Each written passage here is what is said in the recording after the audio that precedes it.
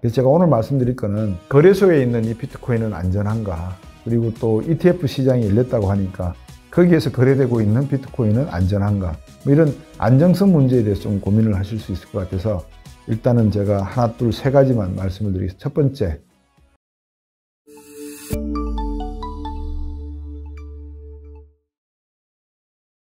어슬라이드와 함께는 곽수영의 경제단판 곽수영입니다.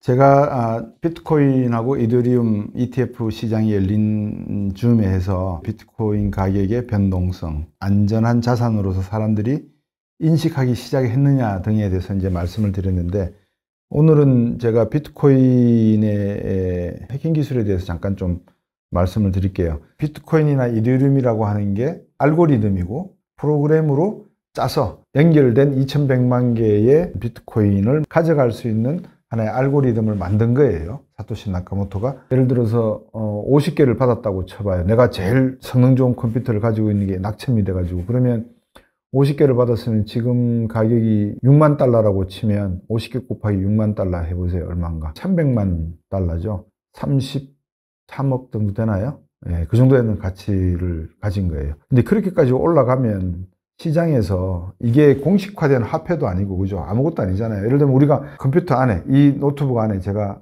50개를 들고 있었단 말이에요. 어딘가 넣어놨겠죠. 세이브 해놨겠죠. 근데 제 컴퓨터는 당연히 해킹 당할 수 있죠.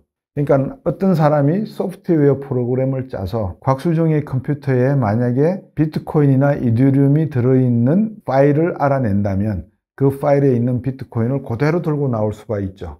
이제 그 시스템을 우리가 해킹이라고 하는 걸로 표현을 하는데, 그래서 제가 오늘 말씀드릴 거는 거래소에 있는 이 비트코인은 안전한가, 그리고 또 ETF 시장이 열렸다고 하니까 거기에서 거래되고 있는 비트코인은 안전한가, 뭐 이런 안정성 문제에 대해서 좀 고민을 하실 수 있을 것 같아서 일단은 제가 하나, 둘, 세 가지만 말씀을 드리겠습니다. 첫 번째, 거래소에서 거래되고 있는 비트코인은 여러분들에게 비트코인을 주는 게 아니에요.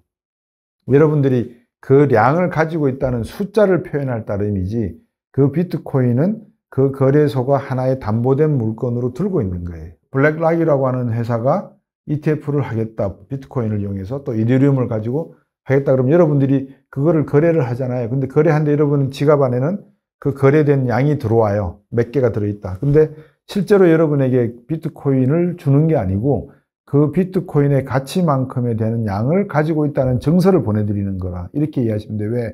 개인이 그걸 가지고 있다가 해킹당하면 어떻게 돼요? 어렵잖아요. 그러니까 블랙락이 해킹을 방지하는 기술을 중앙 컴퓨터에 가지고 있고 비트코인이나 이더리움을 그 안에 보관하고 있다, 이렇게 보시면 그게 더 낫는 거죠. 여러분들이 주식시장에 홈 트레이딩 시스템을 이용해서 거래를 할 때 여러분이 주식을 사고 나면 한 달 뒤쯤 되면은 편지로 날라오죠. 당신이 보유하고 있는 주식은 무슨 주, 몇 주, 총액은 얼마, 이런 게 쪽지로 날라옵니다. 그러니까 여러분들은 거기에 해당하는 총 가치를 가지고 있다는 증서를 받게 된다, 이렇게 보시면 돼요. 그 다음에 두 번째 말씀드릴 거는 HTS 같은 홈 트레이딩 시스템을 이용해서 주식 거래를 할 때 내가 가지고 있는 주식은 도둑맞을 가능성이 없는가? 당연히 있다고 봐야 되겠죠. 디지털 화폐조차도 도둑을 맞는데 제가 가지고 있는 주식을 도둑맞을 수도 있겠죠. 근데 그거는 아까도 말씀드렸지만 뭐예요? 주식을 보증받은 게 아니라 가지고 있다는 숫자를 보증받았기 때문에 숫자를 해킹한다고 해도 애타곤에 보관되어 있는 내 증권은 가져갈 수가 없는 거죠. 그걸 다 들고 가야지만 자기가 다 들고 가는 거예요. 근데 그런 식으로 거래가 허용이 돼요. 그 거래가 뭐예요? 공매도라고 하는 거래예요. 숏셀링이라고 하는 거래죠. 그러니까 내가 주식이 없는데도 불구하고 주식이 있는 것처럼 해서 사거나 팔고 나중에 일정한 시점이 지난 다음에 팔거나 사서 대갚아주면 된다고 하는 게 바로 공매도 시스템을 이용한 거래다, 이렇게 보시면 되고요. 비유가 너무 극단적이라고 생각하실지 모르는데 이렇게 설명을 해드리는 게 이해가 쉬우실 것 같아서 제가 설명을 드리는 거예요. 그래서 공매도 시스템이라고 하는 것도 사실은 해킹 시스템에서 나오는 여러 가지 그 파생되는 하나의 기술적인 방법론을 가지고 이용하는 것이다, 이렇게 보시면 될 것 같고요. 그 다음에 이제 암호화폐를 사시거나 하시면 여러분들 지갑에 보관을 하시잖아요. 전자지갑이라고 합니다. 여러분이 거래하고 있는 거래소에서 발행하는 지갑에다가 일정량을 코인을 갖다가 이제 보관하게 되어 있습니다. 이러면 한번 생각해 보세요.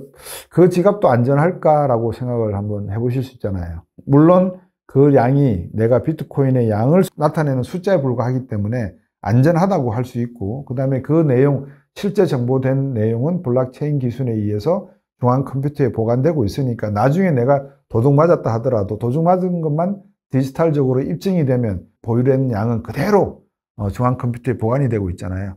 그렇지만 불안하죠. 어쨌든 간에. 그래서 만든 게 바로 오태민 작가가 이야기하는 요 종이 지갑입니다.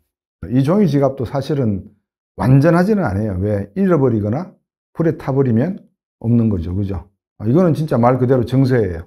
내가 여기에 몇 개의 코인이 있다는 것을 나타내는 증서이기 때문에 이것의 위험성은 딱 두 가지밖에 없다. 그것은 잃어버리거나 불에 태워서 소각되는 것밖에는 불완전한 내용이 없다라고 말씀을 드리고요.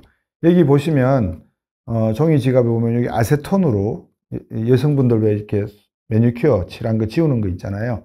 그 아세톤으로 요 금박을 이렇게 벗기기 시작하면 요 안에 모비딕이라고 하는 그 암호화폐, 모빅이라고 하는 암호화폐의 양이 정보가 기록이 돼요. 그럼 여러분께서 요 QR코드로 입력을 하시고 여기에 벗겨지는 개수라든지 관련된 정보를 촬영을 하시면 모빅에서 만들어 놓은 지갑이 있더라고요. 그 지갑에 정보가 입력이 되기 시작을 해요. 그래서 여기 보시면 전자지갑이라고 종이 지갑이라고 되어 있고요. 월렛이라고 되어 있고 암호화폐 지갑이라고 되어 있고 여기에 금박을 아세톤으로 벗기세요라고 되어 있고 여기에 QR코드에 보면 촬영하게 되어 있습니다. 그러면 이게 오태민 작가가 발행한 일종의 모빅이라고 하는 암호화폐 종이 지갑입니다. 이게 지금 거래되고 있는 가격이 제가 알기로는 한 70만 원 돈 조금 넘기도 했고 가장 높을 때는 90만 원을 넘어서 100만 원에 육박하기도 했는 걸로 제가 알고 있는데 그러면 이게 그만큼의 가치가 있느냐, 뭐 때문에 가치가 있느냐라고 물으시면 여러분들께서 이제 스스로 답을 하셔야 돼요. 나는 이게 자산이라고 생각을 한다. 근데 제가 아까 말씀드렸잖아요. 이 자산은 오태민 작가의 말씀을 빌리면 비트코인을 복사해서 만든 모빅이라고 했거든요. 그러면 그 복사한 것은 아까도 앞에서 말씀드렸지만 위변조의 개념으로 치면 자신이 가지고 있는 암호화폐를 가지고 다양한 형태의 암호화폐를 파생적으로 만든 것이 아니고 단순히 그 화폐의 복사본을 해서 만든 것이라고 하면 이 종이 지갑은 가치를 생각할 때 원본보다는 상당히 떨어진 거죠. 예를 들면 쉽게 말하면 이런 거예요. 그림을 그릴 때 피카소나 이런 사람들이 유화로 이렇게 직접 타치를 해서 자기의 기법을 나타내는 그림이 유화 그림이 하나 있다 치고 파나 그림이 하나 있다고 쳐봐요. 제가 나무나 쇠에다가 이렇게 각을 해서 파서 그 잉크를 묻혀서 수십만 장을 찍어낼 수 있잖아요. 그럴 경우에 어느 그림이 더 가치가 있냐라고 우리가 물으면 당연히 전자의 가치가 후자의 가치보다는 더 있다라고 말씀을 드리잖아요. 그래서 이 가격이 어디까지 오를 수 있느냐 또는 얼마나 되느냐 그거는 이제 투자자들이 얼마나 많은 사람들이 여기에 투자를 하느냐 그게 달려있지 않나 하는 생각을 해봅니다.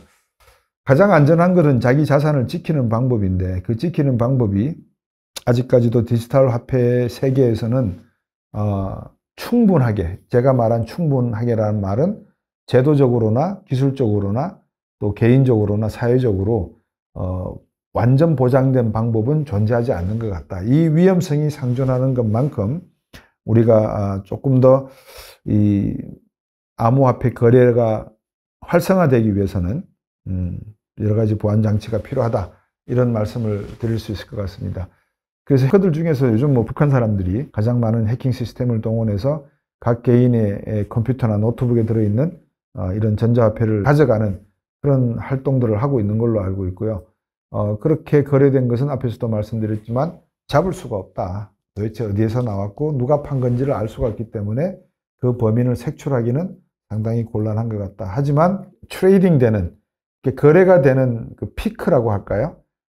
과정상에서 나타나는 그 발생되는 신호가 있지 않겠어요? 그 신호점을 찾아보면 이게 북한에서 나온 거다, 이란에서 나온 거다 정도는 알아낼 수 있지 않겠나 하는 생각이 듭니다. 그러다 보니까 아마 북한이 의심을 받고 있고 이번 이스라엘 이란 사태에서도 이란 쪽에서나 이스라엘 쪽에서 암호화폐를 이용한 어떤 내용이 있었지 않나라고 추론해 본다는 말씀을 드리겠습니다.